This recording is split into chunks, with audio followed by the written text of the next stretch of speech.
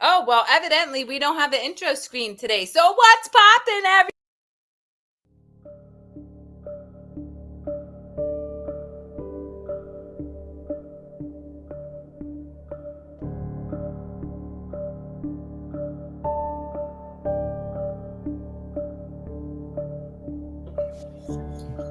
Okay, really party up in here. All right. And we're live, everyone. What? For all Love of this. you out there, welcome to episode, I think it's 23 of For No Particular Reason. I am Kerri Lewis, host of this show, along with my co-host to the left of me, Yankov.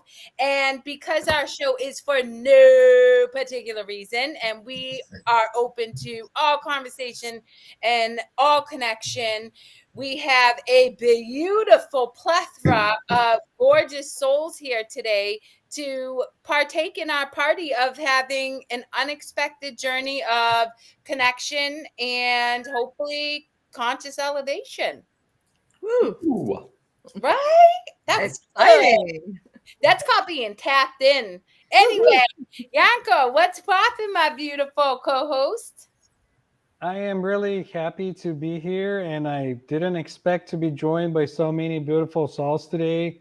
We have Radavi, we had Alexander, Hale, and I'm looking forward to see how this episode is going to unfold. And I would like to say Happy Friday to everyone. Happy Let's start with Friday. that.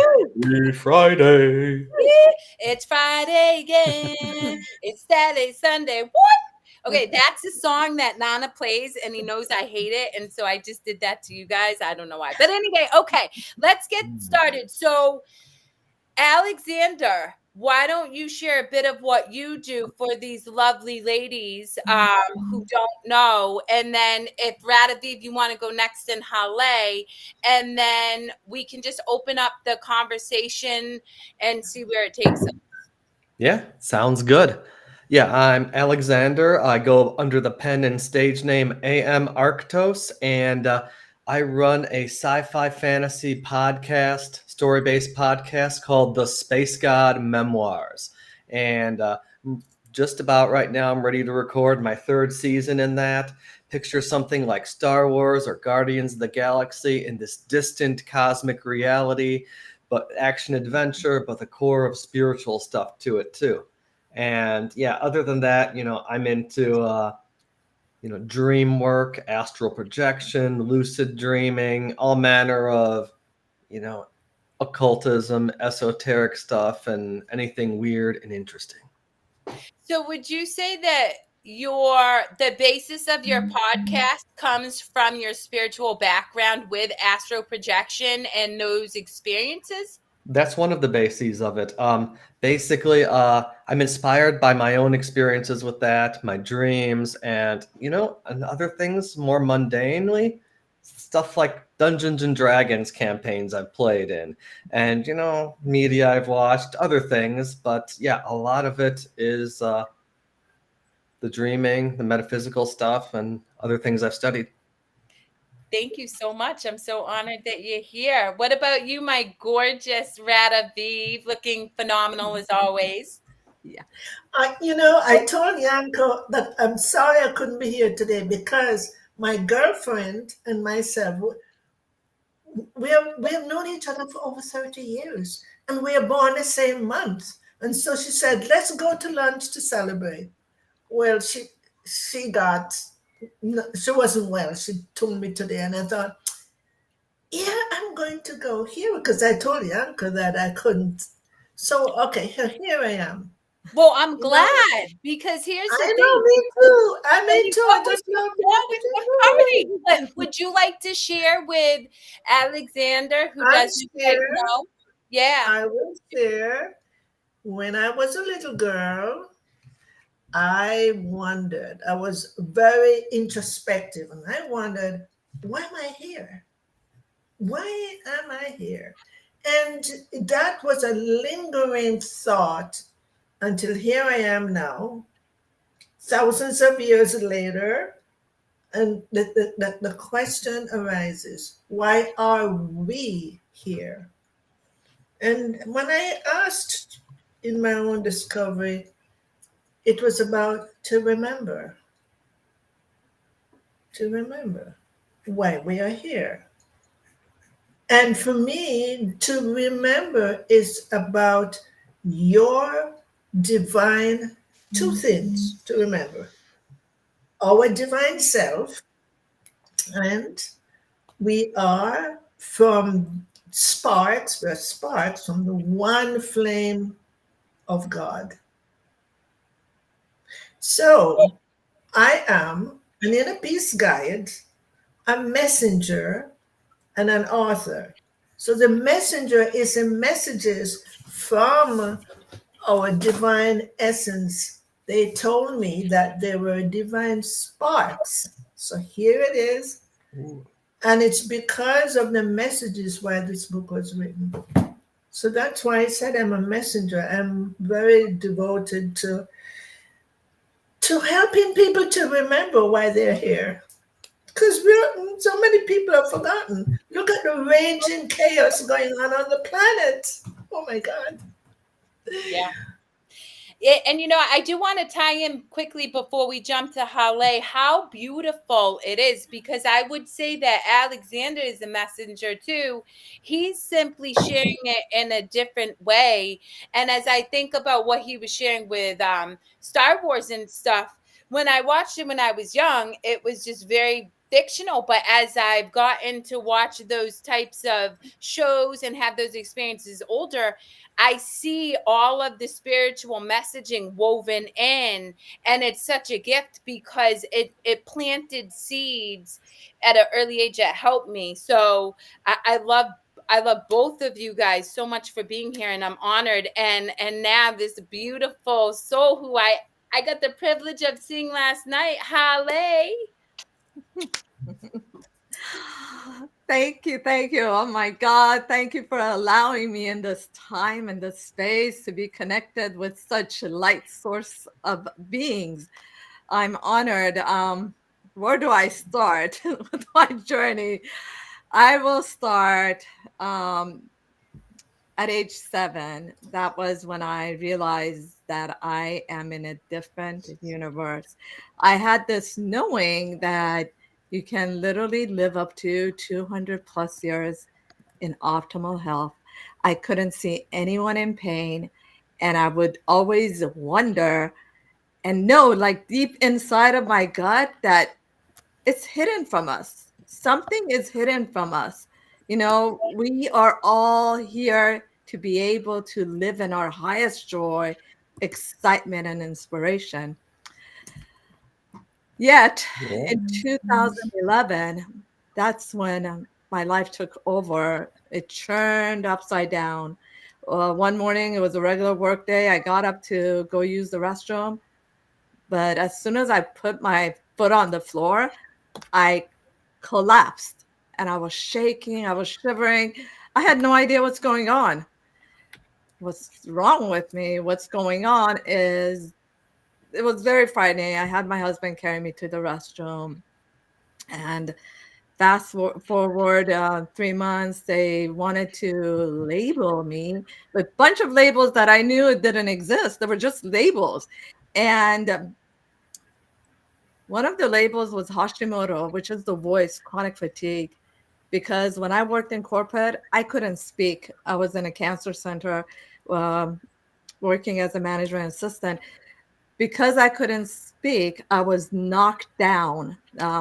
But 3 months after, without any meds, I'm 55 today and never been on any meds. And I'm on a mission, as I say, to impact billions of lives through their highest joy, highest excitement, highest inspiration, to live the life they want in quality. And 2 times bestseller right now. When my dad crossed over in 2020 of Mother's Day, what a timing, right? August 10th, which is coming up. I got divinely downloaded to give this to the world. So the book is about the person reading it, that they are the universe, they are the master creator, and there's nothing outside of them, that each one of us are extremely powerful, and we are the technology. We are the light. We just have to know it. And I'm on a mission to let people know that, to connect them to that source. Thank you. Mwah. Oh, so good. Okay, and I'm just gonna keep it 100. I'm staring at your necklace. I'm just like locked in. That is so fabulous. Can you share? Like, what is it? Thank you. Actually, this one is just something I made. I have this creative side of me that I put stuff together and I created. That's my background, that I was so passionate about the creative side, and I worked with the LA Fashion Week as a personal celebrity fashion stylist at that time. So I'm all about creating. So I I create stuff. I create different clips and put them on necklaces. So, I actually think that opens up the conversation to talk about creativity, because I hear so many people, one, say they're not creative, and then also other people say, oh, I have this creative side that I used to tap into.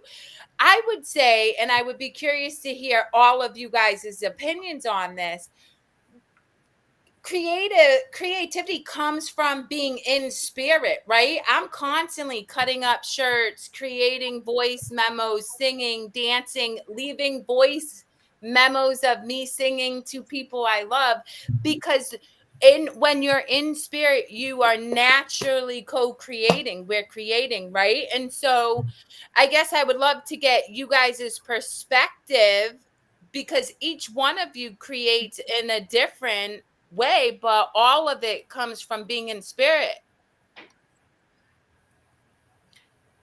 Jump in, guys. Come on. I could talk all day, so Yeah. I need y'all to take over. Yeah, I'll say that for me, I'm pretty much always in that creative spot. It's just something that's a natural flow for me. And to me, I've heard about people talk about their channeling, like they'll go get into some altered state of consciousness and channel something, from an entity or from the universe. To me, that's the same thing as creativity. You're creative when you're tapped into your greater self, when you're tapped into other aspects of yourself, and you don't even necessarily have to try hard to be creative once you're in that flow state. I get in that and just let it go, and I can save the analyzing and the intellectualizing for when I'm editing my work. It's a different headspace, but yeah, creativity is just a totally natural thing, I'd say, for me.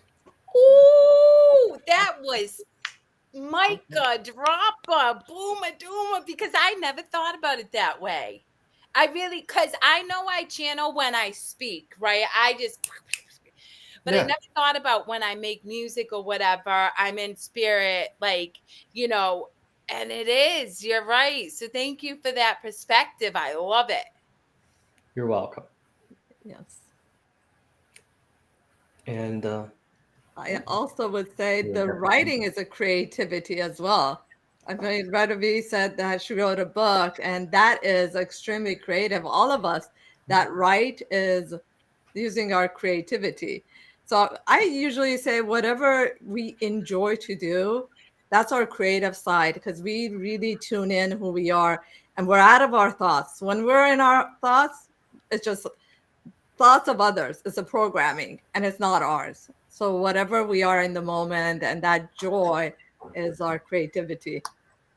yeah, That is so well said. And it's so interesting that you say that, Hale. I was talking to this fine gentleman that I connected with yesterday, and I'm putting you on blast, Mickey. I'm sorry. So his name's Mickey. So this morning, me being me, I'm like, hey, Mickey, you're so fine. You're so fine. You call my mind. Hey, Mickey. And I sent it to him because why not? It made me happy, right? And he was like, that looks like you're having a lot of fun. You're not getting much work done, or something to that effect. And I was like, well, it's both. If I'm not in joy, why do it in the first place? Like, it, to me, we shouldn't compartmentalize anything. It should all blend together equally. That's why in any given moment I could tap Halle on the shoulder and be like, hey, beautiful soul, I'm thinking about you.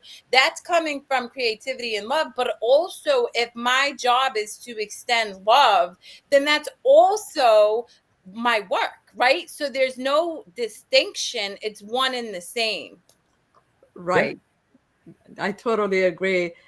It's like a lot of people are keeping themselves away to do that joy that they want to do. They think they're trapped in a corporation, because I come from an experience, because I did that myself. I kept myself trapped, and I wasn't using my creativity, which was, arts and crafts and creativity, and putting things together, fashion and all that was my creativity, besides my true passion for holistic health. But I wasn't doing it, but I knew there was something there, because I kept on connecting with people heart to heart. And I knew something is there, but I kept myself still trapped until 2020. I let in, and I just like, you know what? I'm going to do what I love to do. So, I would love to hear you weigh in, Radaviv. yes. Yeah. So, when I look at it, all my life, all my young life, and now I have been guided. And what does that mean? What is guided? That is about hearing from the ethers or my soul to do things. Like, for instance, when I was 7 years old, I started writing the book. And I didn't know what I'm going to do. And I took the paper and I started to write. So, was that creativity, or was I channeling, or am I being guided? Whichever one of those, it's good for me. One of the things I'll say lightly is that I channel cooking. I go into the kitchen and I'm told, okay, add this in, add that in. And it's funny. So I commonly say I channel food. So essentially, you're saying we all need to go to Radaviv's to eat, because if you're channeling food, I bet it's pretty good. All right, my Nice. quiet one, Yanko. I know you like to observe, but what would you like to add to this fun No, I was topic? gonna say Alex is right on, and I think it's the same for everyone. We're just trapped in our character that we play every day, and we're either predicting the future or we're living in the past based on previous experiences, and we're not letting ourselves go and be creative very often. At least I can speak to myself that I when I'm in the show and when the action is happening, I am pretending, I'm playing my role really good, and I can't step out of character, or it's hard to step out of character to be able to um, get divine inspirations or downloads or anything like it.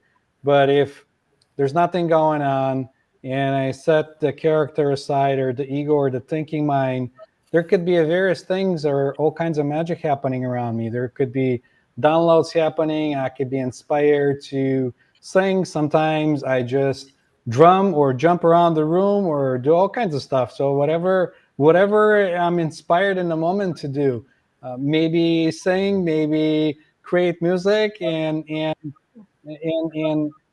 comes right around the same thing as everyone was saying, that we're all channeling, we're all inspired, we're all connected, we're all getting all that information.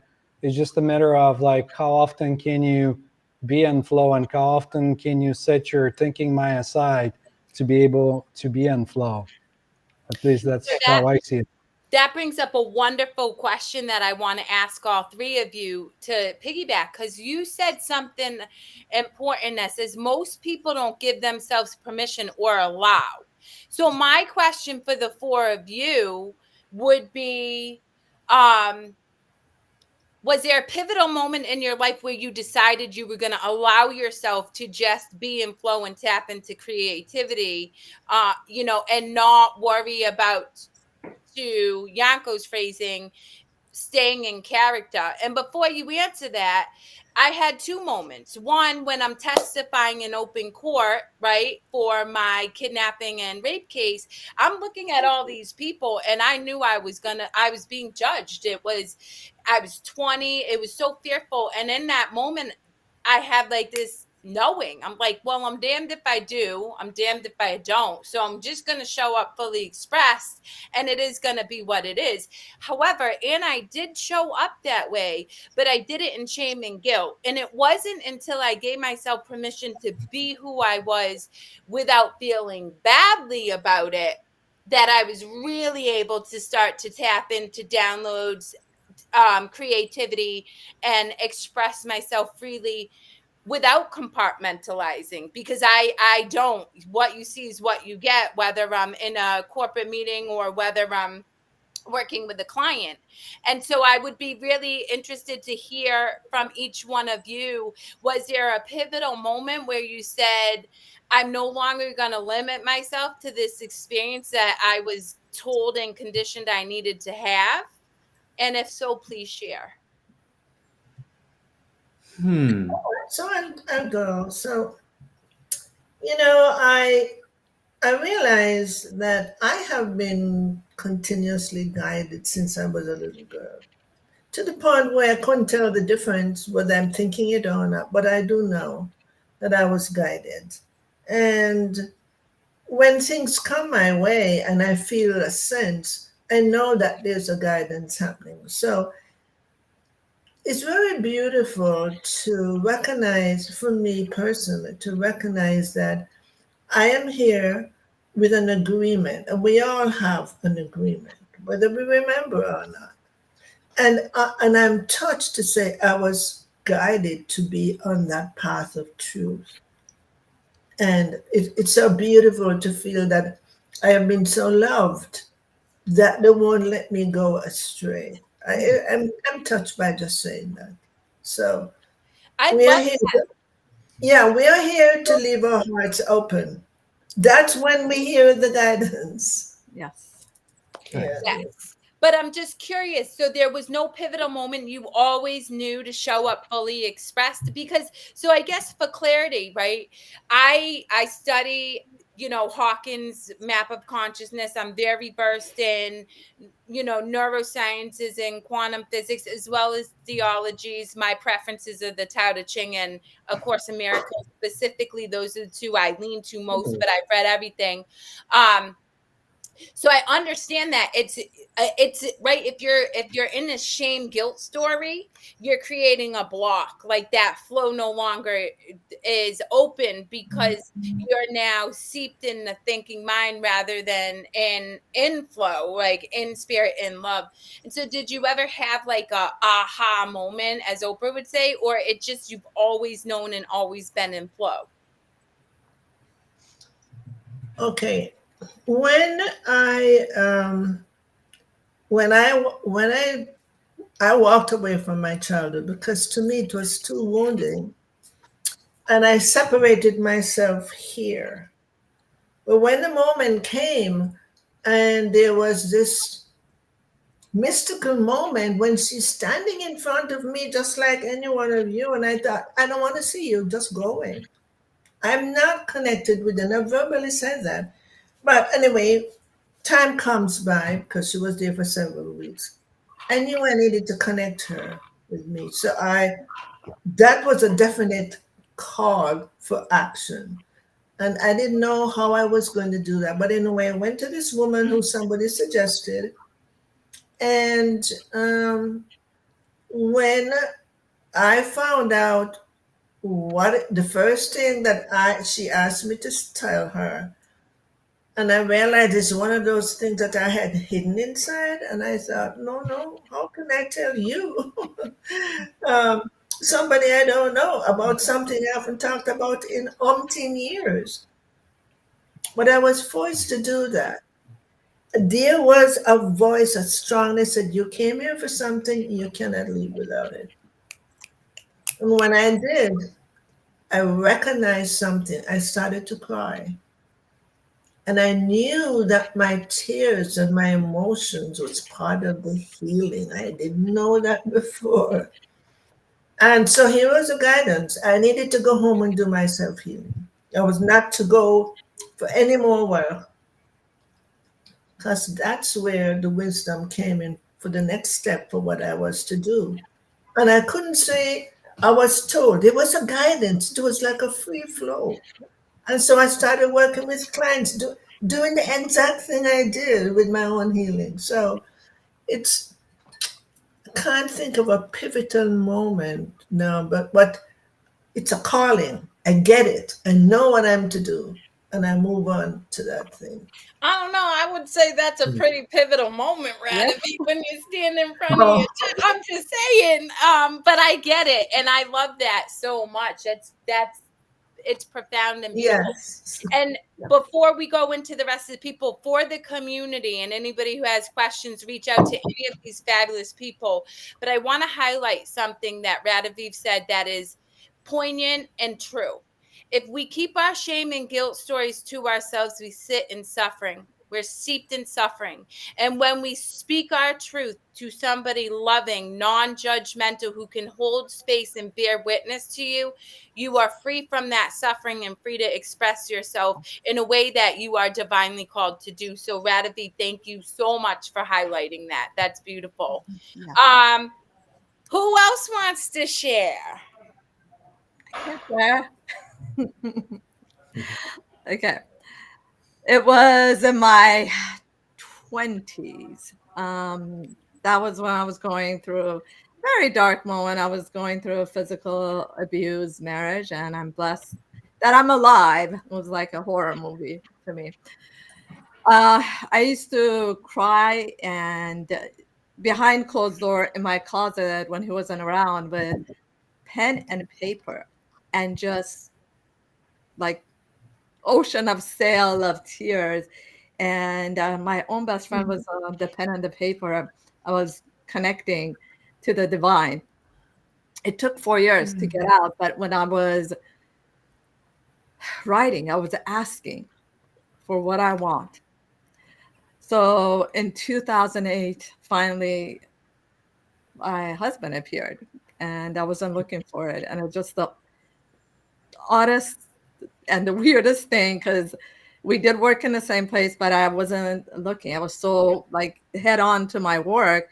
One of my coworkers introduced, and 2010 we got married, and he accepted me. And at that time, I had to be the Barbie doll, going to Beverly High School, and then the work. So I was still not living my true self inside because of the community and the environment. When I met him, I knew it was from the divine, and my grandmother had just passed before him. And I was like best friends with my grandmother. And it was him that accepted me for who I am. I was comfortable to be in front of him without makeup, without being all fixed up. He loved me for who I am. Oh, Before that, I had, oh my God, it's a story of relationships. But with him, I finally found my soulmate to love me for who I am.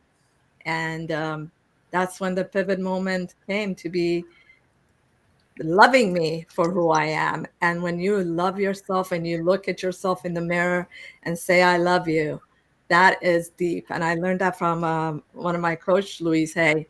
I love that. And Louise Hay is exceptional. So I will shout her out. Thank you so much for sharing. And it's so, I love that you said that, because when somebody, it doesn't even matter if it's a husband, a sister, a friend, a stranger, when somebody holds space for you and accepts you and offers you unconditional love in the experience you're having, without expectations, without asking you to change, you then start to get curious and hopefully give yourself permission to love yourself, which I think is lacking so much in this world.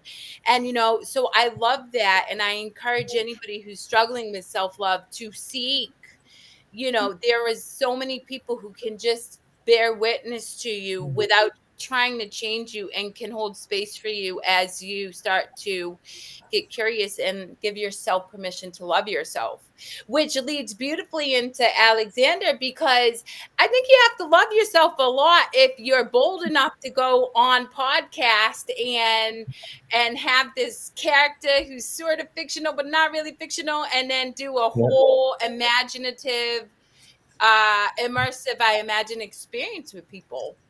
Yeah, and I'm not sure if I as well have a pivotal moment, but I know we talked about it, I think, before everyone was here, that as a small child, I started having what some people would call out of body experiences. Finding myself floating above the bed, being dragged down the hall of the house, or seeing strange entities at the foot of my bed, like shadow beings, hag like beings, or, and I didn't know what these were as a kid. I didn't necessarily define them, but as I continued to grow up, they continued to evolve with me until I was having these conscious cosmic journeys through the universe, through the multiverse, beyond whatever the reality of all that is. I experienced it. And I think that kind of colored my existence in a certain way and pushed me towards a certain direction and inspired me a lot. But I admit, it hasn't always been like present there in my day to day life.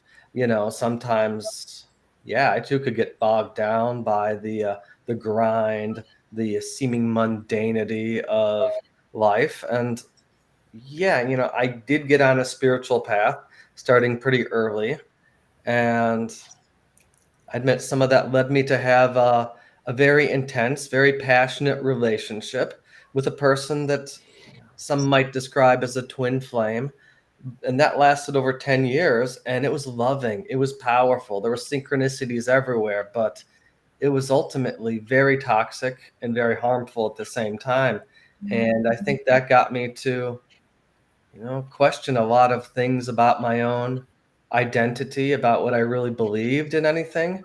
And I think it burned away all the uh, all the stuff that was just pretend, or there were just beliefs in me about myself, spirituality, identity, and writing a character like Kef, the narrator of my podcast. I've come to realize that maybe the self that I put on, Alexander, AM Arctos, whatever you want to call me, isn't any more real than he is. I think most of what we describe ourselves as in a day to day basis is a fictional character. It's just this fictional character we've made up throughout our lives that some of us have come to believe in. But nah, in that case, when we're doing that character of our identity, we're being creative anyway, because it's all made up. Oh, Yeah. Oh my God. Yes. so good. That is, whew, okay. I'm gonna just, Yanko, that's you, because I got nothing to say right now. Now, I was just gonna circle to what Alex was saying. That we're playing different characters. At least that's how I feel like. Yeah. Sometimes I am the co-host of the show, and some other times I'm a father of my son, and different characters that I play, and it's wonderful because I started to listen to the show that Alex has, and oh my God, with the narration and everything, with the character, I got hooked. I don't know how that's gonna go, but so far I am into episode 6 of the first season, and it's really interesting. But to circle back um, to me now, or at least when was the pivotal moment in this lifetime when there was a realization that this is just a character. I had a near death experience, and in that moment, I felt that fear of dying, and it was a I don't want to die, I don't want to die, I don't want to die feeling, kind of like grabbing into life, and it's like I don't want to die, but then it was like I'll do better next time, and I don't know why there was a thought that I'll do better next time, and that kind of push me into asking the same questions, like, who is this character? Who was going to die? Why didn't he die? Or what's happening? And where's this going? And so I still don't have the answers, but there is a less and less character, and now I play a different character, kind of like Alex does with his podcast. I can be inspired to be Bob when I'm ordering coffee, and they say, "What's the name for the order?" And I say Bob, and then they yell at me and say, "One coffee for Bob," and then I come in and I'm Bob in this moment. Nice. Whatever makes me feel happy in the moment, that's what I am. Does that make sense? Love it. Yeah, that's quite beautiful. But I that was love pretty that. much the pivotal moment for me when I kind of realized that life is a stage, and we're just getting experiences, and we're just playing it. So why not have fun and play in life? Yeah. And Yeah. you can have those pivotal moments again, every week, every day, whatever. We all kind of die a little bit all the time, and our sense of self shifts into something else. At least if we let that happen. That's so beautifully put. Yes, I totally agree with you. And it's interesting. So something that I've come to understand deeply is that I believe we're meant to just sit and love and joy. This is our experience is love and joy, right? And when that happens, I don't know that I mean, my behavior may be different, but it comes from the same source. It's a well of just, I don't need the contentment piece. And I don't concern myself with what the outward expression of that is, whether I randomly sing to Radaviv in the morning because she crossed my heart, or, you know, walk up and buy something for a person. So I guess my role, my character that I put on every day, whatever it unfolds to be, I ground into love and joy. My intention every day is to experience lots of laughter and to sit in love and to connect deeply with whoever it is that I am blessed to share an experience of with that day.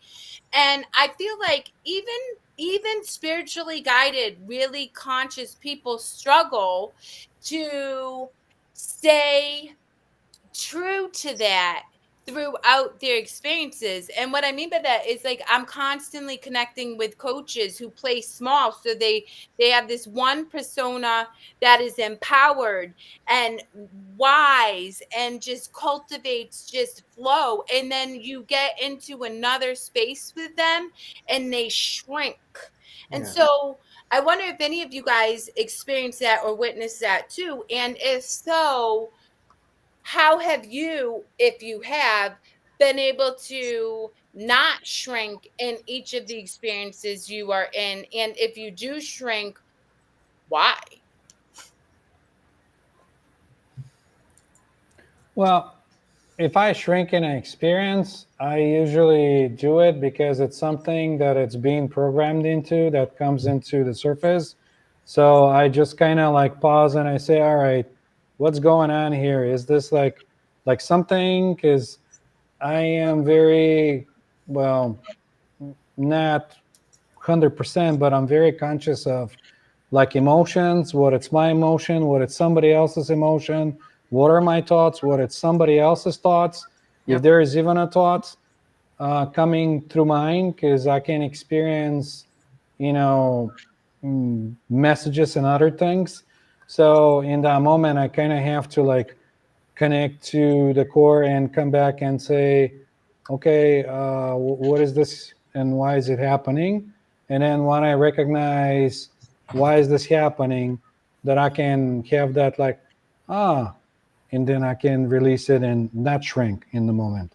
That's beautiful. Cool. And I love that because I had a moment earlier today where I almost shrank, but I caught it, and it was such a gift to me because, as I shared with Yanko, I like cried my eyes out. And then immediately I was like, oh, that belief doesn't exist anymore. Moving on. Let's connect, people. And that literally happened. So it does. It's giving yourself permission to stay aware, curious, and then releasing what no longer serves you. But I have to tell you, I mean, I've been in the coaching space for almost 5 years. I've been an executive corporate leader, and I still, some of the most wise, inspired, beautiful, gifted people don't get to where you are. Yanko, they don't do that in the moment, and then they just shrink and play small unless they're put in a situation where they feel like they can be fully expressed without,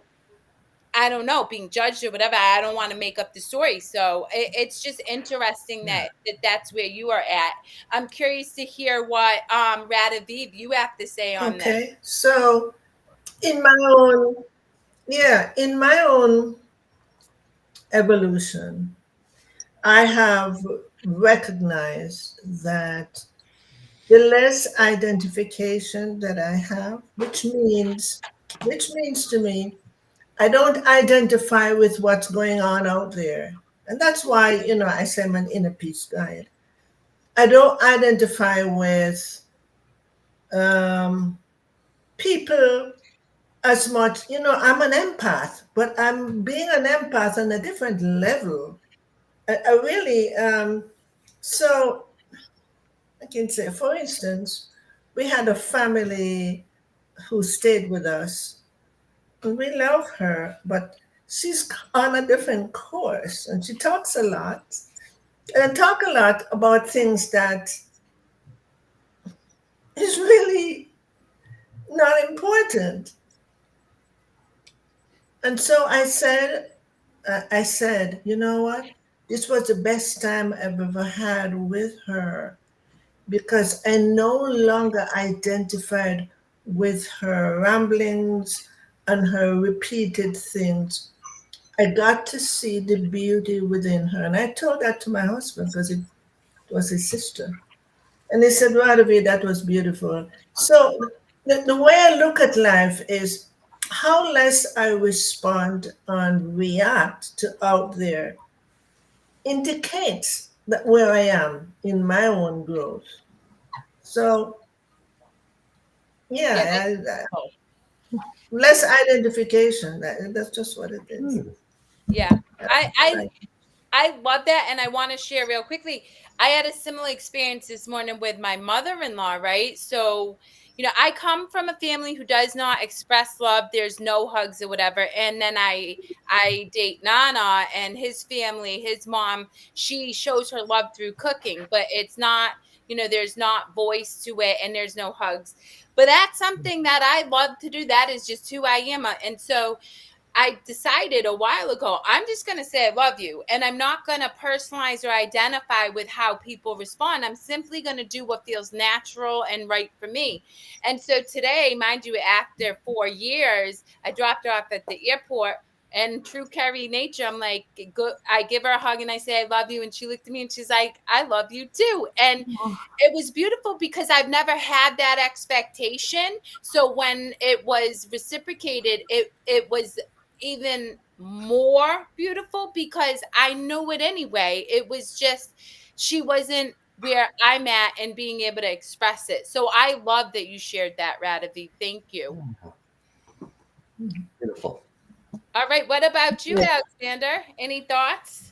Yeah, as for shrinking or maybe not feeling at your best, I think that's fairly common, even if you're on like the most spiritual person on the deepest, most enlightened path, to not necessarily feel that way all the time. Like if you're at a job you don't love or you're not proud of, or maybe you're not going to act that way in front of your parents because they still treat you like a kid. Or I used to have groups of friends where I was kind of the quiet guy because I didn't really have much to say in terms of small talk, chatting about sports or the weather or whatever. And, I've since partially moved beyond all that, but I wouldn't say I'm like turned on and in guru mode all the time. And I've been talking with I love that. yeah, thank you. And I've been To- talking to- with some to- spiritual friends of mine, and sometimes you, especially when you're on a spiritual path, you'll go through some really dark stuff. People have talked about the dark night of the soul, or being in the void where it seems you have no connection to anything divine or human, where none of the manifestations you try to achieve work at all, where I've been into the place where pretty much cursing the universe, cursing God, cursing myself and all of existence. And it's okay. It's a place that you can journey through, and it's a natural state to be in. Uh, kind of like what Radovi was talking about. You just don't leave your attachment there. You don't place your identity into that small place or that dark place. Sometimes you got to move through it anyway and process it, let it go, dissolve it, whatever you do. But you can definitely learn from that. And I think creatively, I've learned a lot from being in those dark, deep, even, evil places sometimes. You kind of learn a lot about yourself, what you're not. And yeah, it probably won't feel good, but it's part of your journey. You got to go through that. That's so beautiful, and it's necessary, right? I think that the For some. reality is we are starting to see consciousness shift, but and I shared this with a coach earlier this week. We know just because we have an awakening doesn't mean that everything's fluffy and bright and you got faith now. No. You going through hell, literally. I totally get that. And that was so well put, Alexander. I love the way you kind of shared that insight and brought it full circle and reminded me that, we all do have our journey. I've been through that myself many, many times. I guess now for me, I'm just like, I'm gonna be fully expressed and I don't really care, and I'm gonna be in joy and it's gonna be lovely. And Yeah. I just it I want to see people recognize their intrinsic power and ability to co-create, but I get it. I had to go through to get here. And so thank you for that reminder. I really appreciate it. What about you, Absolutely. Calais? Mine is every day, because I believe this whole thing is a matrix.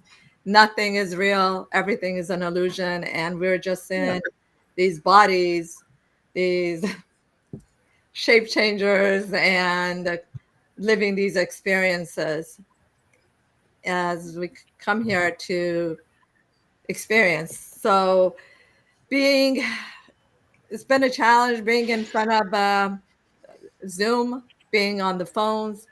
If you let me be free, I would love to just be in nature, have a community there, have retreats there, creating a healing for every one of us, because we're all equal. See that we have forgotten who we are, or they've erased our they've erased our memories, or as I was always in this, as I said, the universe, and like, yes, I have a family and friends, but it feels like it's just not real. And each of us are united, but we're finding our other soul tribes like us to create and to realize that the only thing that matters is just letting go of that brain and putting it in the heart, and do what you enjoy no matter what, and everything else will open up. But letting go of that fear of what will happen if we are living that and being that joy, that joy. You see a puppy and you love it, it's so cute. All of us, every single one, I want everyone to be in that joy. And that's what I practice on a daily basis. And it's a practice. So I'm there experiencing till I get to be at that nature place and create that. And It's I so know it's up to me. So it's just a little tug of war. yeah. that Cool. you're willing to do, right? Right. And it's interesting because, I study Hawkins' work extensively and the vibrations and measuring and stuff. And authenticity vibrates 10 times higher than Mhm. unconditional love, which is another reason I'm unapologetically unabashed myself. And I really work to encourage people to give themselves permissions to do so as well. I'll sing at the gym, I will break out and dance, I will. And it wasn't until recently. And it's just that, to your point, Holly, the things that I'm experiencing now as a result of being fully expressed and fully authentic across all boards without, compartmentalizing who I think I need to be for a certain situation has been mind blow. I mean, just it's more than I could think, right? Because we are in an abundant universe. And when you allow yourself to just be Mhm. without labeling, without judging, without creating an expectation of how that needs to look or who's going to think about what and what. The universe is like, oh, I see you. I'm not going to hand you one. I'm going to hand you 9, 10, 12, 15, right? Back to back to back. And so that's why I would encourage anybody who's watching this, reach out to any one of these beautiful souls. If you have questions, curiosity, listen to Alexander's podcast to kind of come from a different place but shares the same messaging so that you can start to recognize your own intrinsic power, your worth, and your ability to co-create with the universe, right? But it does start with going through that journey of angst and suffering and curiosity to get there. With 7 minutes left, guys, what is one thing you guys would each like to share with the community that you can leave with them that hopefully either plants a seed, inspires them, or leaves them better than we found them listening to this podcast?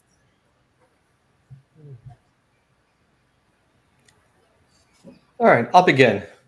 Uh, with each season of the Space Guide memoirs, I like to begin it with the question, "Who am I?" The character is asking himself that, and I think maybe that's the most important thing. Either figuring out who we are, or a friend recently told me, you don't try to find who you are, you decide who you are, because in reality, maybe you're everything, you're nothing, or everything in between. If like she's saying, it's all illusion, then everything is equally valid, and it's sort of up to you to decide on what anything might mean. And you are the master. So good. Who's going to follow up with that? Ooh. I was gonna say we must have been in synchronization with Alex because I was thinking the same thing. What's better than self-actualization? Like, what better way to start your day every day of like finding who you are, to know who you are, so you don't have to um, you don't have to look for reflections outside of you to find out who you are, or somebody to tell you what you are or who you are. So right on. That's what I was gonna say. Right. Cool. Love it. Okay, so I would like to share something, one of the messages that the collective divine sparks gave me, which is in my book. I just randomly open it. So if we just sit in our hearts and just hear the collective sparks that we are. And this is one of the messages that said, because they're all hidden away behind bars, because we're so heavily conditioned in the illusion of untruth. So the deepest wound was not their behavior, meaning humanity's behavior to each other and to us, but our light being covered by their shame. We no longer felt the pure consciousness of love. We felt like everyone else. So Beautiful. I wanted to end to say Wow, consciousness of love. Nice. that was beautiful. Thank you. Feeling the vibrations while you're talking about that. Yeah, that was beautiful. That Thank you. was Yeah. And I will add to that, but I would like to leave everyone with is just remember the moment you open your eyes, your gods and goddesses creating this universe. So be in your joy and do exactly that. Thank you. and I'll leave it with, if that feels really obscure and untangible, give yourself permission to at least get curious, to get aware.